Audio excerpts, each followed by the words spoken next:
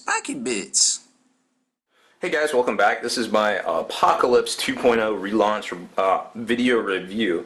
Here we have some of the instruments of war, so to speak. We got the new template set, strategic cards, and the Apocalypse rulebook as well. Obviously it's a hardcover. It's 283 pages, so a rather large book, comparable to the 40k book. So heck, why not? There you go. So let's take a look at these. I'm going to save the Apocalypse rulebook for last because I wanted to show you these two, and these two are pretty quick. Obviously, here's the new template set. Now, we kind of saw a preview of this, and it looks great. I mean, it's a little different, a little blue. We're used to the green, whatever. This is introducing a 15-inch template, which was really kind of interesting because if you look right here, that's the old apocalyptic template. So obviously, it's not something they could package very well. As you can see, it comes in a box. So it's in pieces, obviously. So I was like, how did they? That's supposed to be. Oh, it's in pieces. Okay. Anyway, so let's take a look. I'm still on the fence on this product. I get kind of why they did it and how why it's this way. But I can't help but giggle when I see this. It reminds me of something I played with as a child, I guess.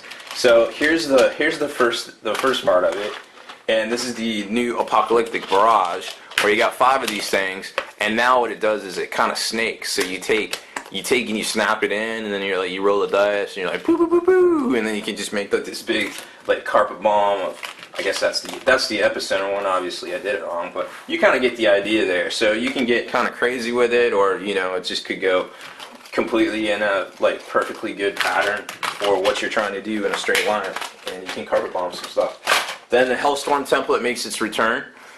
Now obviously this is clear plastic. It's not going to snap unless you really try to ball it up, which would be kind of stupid. A lot easier to transport. You don't have to have a special backpack or anything for this, which is really nice. It goes together literally in a snap. You have to be a little bit coordinated about it, and I'm trying to do this and record it at the same time. Obviously it's a little harder for me, and I messed that up right there. But anyway, so there you go. Nice and easy. It not heavy, doesn't take up very much space at all. It's kind of weird when you're trying to place it on the tabletop because it's like, oh, but whatever. I kind of like the concept. I give it an A for concept and maybe like a C for implementation, I guess, because it's just it doesn't have any rigidity.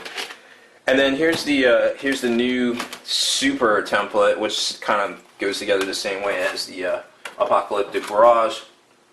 But again, you're talking to something right here. This is 15 inches, so it's kind of crazy. Way bigger than it used to be. This is the old size apocalypse template. This is the 10 inches here. Here was the 7 for some. Here's the normal 5-inch for the 40k blast. So kind of give you an idea. I can't even fit it all on the camera. It's that big. So just kind of crazy. A lot of death going to be getting dealt out in the near future with these. So there's that. Then you've got the new Apocalypse. Let me zoom in for you. Got the new Apocalypse stat cards and things like that. These are strategic asset cards, rather. So you get a nice little set here, and this includes the Zone Armageddon cards. So nice big deck of cards there. A little bit hard to read because it's black on black, and they got some red embossed lettering. It's kind of hard to see. Not exactly sure what they were going on with, but the rest of it's pretty good. As you can see, and we'll get into some of this with the rulebook, strategic resource is an important thing, and also strategic assets are also, I don't see any that are stamped strategic asset. Oh well, strategic asset is also a important thing in this, which you can kind of gamble away some of your points, just depending on how you want to do it, for certain effects in game, which I think is pretty ingenious. Alright, so here's the Apocalypse book itself. Obviously it's the hardcover, just like the normal 40k rulebook. Very embellished cover, great artwork. Probably seen most of that already. 283 pages. As you can tell, there's probably that section right there is the showcase section with all the pretty pictures of Apocalypse. So let's take a look at it. Let's dive right in. There's your interior cover, which is another great piece of artwork from 40k Chaos. Here's your contents: rules of engagement, kind of introducing how to fight it, missions, armies, battlefields, game length. Now there's they actually break it up so you can take breaks and stuff, and some of the scoring is done up to first, second, and third breaks, and then there's multipliers for if you're holding objectives, which I thought was kind of ingenious, but it kind of seems like they're trying to turn this thing into like an all-day thing. And in the past, I think a lot of Apocalypse games that were run with 30-minute turns per side kind of went better, and you can still take breaks, but you might be able to get more turns out of it. But I just think trying to draw it out into like a huge all-day thing, which is also another type of Apocalypse game. Now there's Mega Apocalypse, and we'll talk about that in a minute as well. So I don't know. I'm kind of on the fence there, but we'll see. I haven't played my first game yet, so I can't rush to judgment. So here we go. Mission special rules, and there's a ton of those now. Then we got specific Apocalypse missions, and then organizing it. Formations, ton of formations. Apocalyptic weapons. Data sheets, ton of data sheets. Then there's the showcase that we talked about that you can kind of see from the spine there. Zone Armageddon, which I think is going to be Games Workshop seems to be going more towards supplements, like putting supplements out, and you do your main codex like they did with Codex Ionin for Eldar. It seems to be they're going to be trying to focus more on that, to just try to pump out more and more books, because eventually at the rate they're going, they're going to get caught up on main books, so they're going to have to go to supplements, which will be interesting to see nonetheless. So I think that's kind of what they're trying to do with Warzone's quote-unquote Armageddon, because if you're reading the White Dwarf, there is another Warzone that's included with the Apocalyptic Collector set, which isn't in here, which says it's an upcoming release. So I think that's kind of what they're going for. Well, it remains to be seen. Regardless, so here's the Warzone Armageddon, which has a complete set of special rules, complete set of data faxes specific to that particular Warzone. All sorts of normal stuff that you would find here, the new finest hours, the strategic assets, missions, unnatural disasters, which are also in the normal games of Apocalypse. Just kind of those. I don't know if you remember the White Dwarf, like a way long time ago. There was like you'd roll like 2d6s on this chart, and sometimes there'd be like warp storms, or there'd be like the low grab, high grab, just kind of things to spice up your game. I'm not necessarily sure just playing a game of Apocalypse in and of itself is enough of a challenge, but adding that stuff in might just put it over the top for some people. But obviously starting out, you might want to take it slow there, so be careful with that. The book is written by Jervis Johnson and Phil Kelly. Very interesting stuff there. Again, great artwork so far that I've seen. So what is Apocalypse? And kind of gets into that. And here's the size of the games I was talking about. We got Apocalypse, normal 40k, Apocalypse, and Mega Apocalypse. May take a weekend to play. Obviously going to need some breaks there. So there you go. And then here's just kind of your normal, I guess what they figured, normal apocalyptic force for somebody to have. So that was interesting to see. Then we switch over here to strategic assets. Now there's a lot of stuff going on in this book. And of course I forgot all the notes I had written out. So let's try to summarize here by looking at, where is it? Let's take a look back at the table of contents. Sorry to lead you astray here, but I don't feel like stopping the video.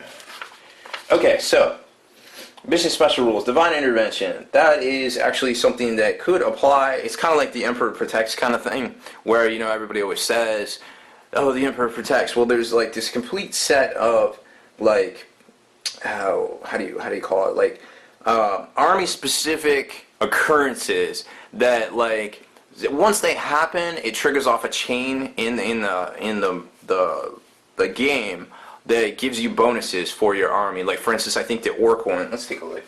The Orc one, like when all your units are in hand to hand, this happens. Kind of stuff like that. It's stuff that would at least half the total number of your units are engaged in close combat. So then this happens. So there's a miraculous effect once the criteria is met, which is kind of cool. Finest Hour is something that can be invoked by your War Master, whereas for a certain period of time he gets bonuses to his personal stat line and basically is trying to accomplish something. Like, Yarrick is like, all right, let's do this. We're defending Hades Hive. This is going to be our finest hour kind of type thing. And specific to that, Sons, and obviously certain guys are going to have their own finest hour, whereas there is a table similar to Warlord traits. That's basically what it is for Apocalypse. where you can roll off of. But people like Yerrick are going to have a specific finest hour. Marines have their own finest hour called Sons of the Primarch, which gives you a bonus based on, you know, kind of what their chapter is all about. Strategic assets. Those are basically the cards I just showed you.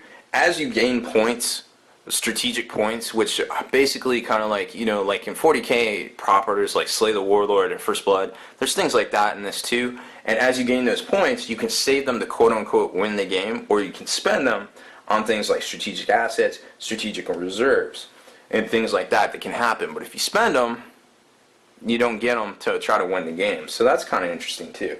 And then it goes into missions and such. So fast forward to where I just was. Here's your strategic asset cards. Now some of them are just like normal and go off. Some of them have to be played for the points, the strategic resource obviously. Some are, no, I guess those are just basically strategic resource. So all of them are strategic assets there. Strategic reserves, kind of the same mentality. You get reserves, but you still have to spend those kind of points, and you never know what will happen at the end of the game. Formations, obviously a cornerstone of Apocalypse. There's a ton of formations in here. Then they get into like, not only are there like the normal data sheets where they're super heavy. Look, basically they break it all down right here. So you've got all sorts of different things now. Just kind of expanding on the Apocalypse book from before. Now you've got all sorts of other different things, which is kind of cool to see. Apparently in the, now these are also in here, these data sheets. There's a whole like 100-some pages of them. But also in the collector's edition, apparently they come laminated, which will be kind of interesting to see. Now there's a couple ones I wanted to show you specifically that I just thought were cool. Space Marine the Librarius, which is basically a psychic choir, which is also its own data sheet as well, quote-unquote psychic choir.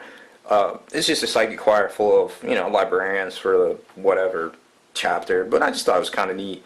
Also the Transcendent Satan is in here as well, just some of the divergent from the norm. So, as you can see there is a ton of these things in here, and what game of Apocalypse would not be complete without them? So, of course, you know, as much mess as we talk about, oh man, everybody's got all these models, and it's so stupid, who has all that stuff? We still like to see pictures of it. And Games Workshop knows it, so, boom.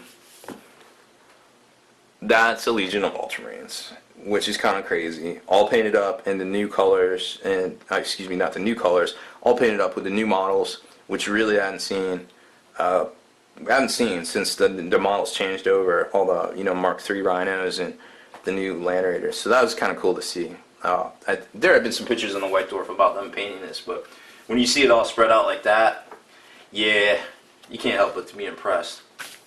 Zone Armageddon, like I said, that's the new supplement, probably type that they're going to try to do and push out on everybody. So this is kind of, like I said, it's got its own separate, it's basically its own separate Apocalypse book full of like special rules and different things. Gives you some missions, and of course there's a big spread, and we've seen a lot of these before, all these models and things like that, which is cool to see again. So, and then there's their own formations as well, you know, specific to Armageddon themselves, like Grimaldus, and I think Dante's got some stuff, and just different things like that. So that was cool to see. And then you got the whole reference section, which no other book like this has a reference section that's roughly 10 pages long. So you know this is a big game if it's got that big of a reference section. And it's got a nice big index and strategic assets. If you can't remember where a specific strategic asset is, it's all right there. So overall, the book looks pretty good. I mean, there's not a lot of filler in this thing. I mean, sure, there's a little bit in the front telling about, you know, specific epic battles and things like that, but that's pretty much it. So I think it's, if you're in Apocalypse, I think it's a good buy. There really isn't much in here for normal 40k games and stuff like that. So anyways, we went a little long in this video, but thanks for hanging in there. I'm MBG Robert. Thanks for watching my video review of the new Apocalypse rulebook and devices. Spiky bits.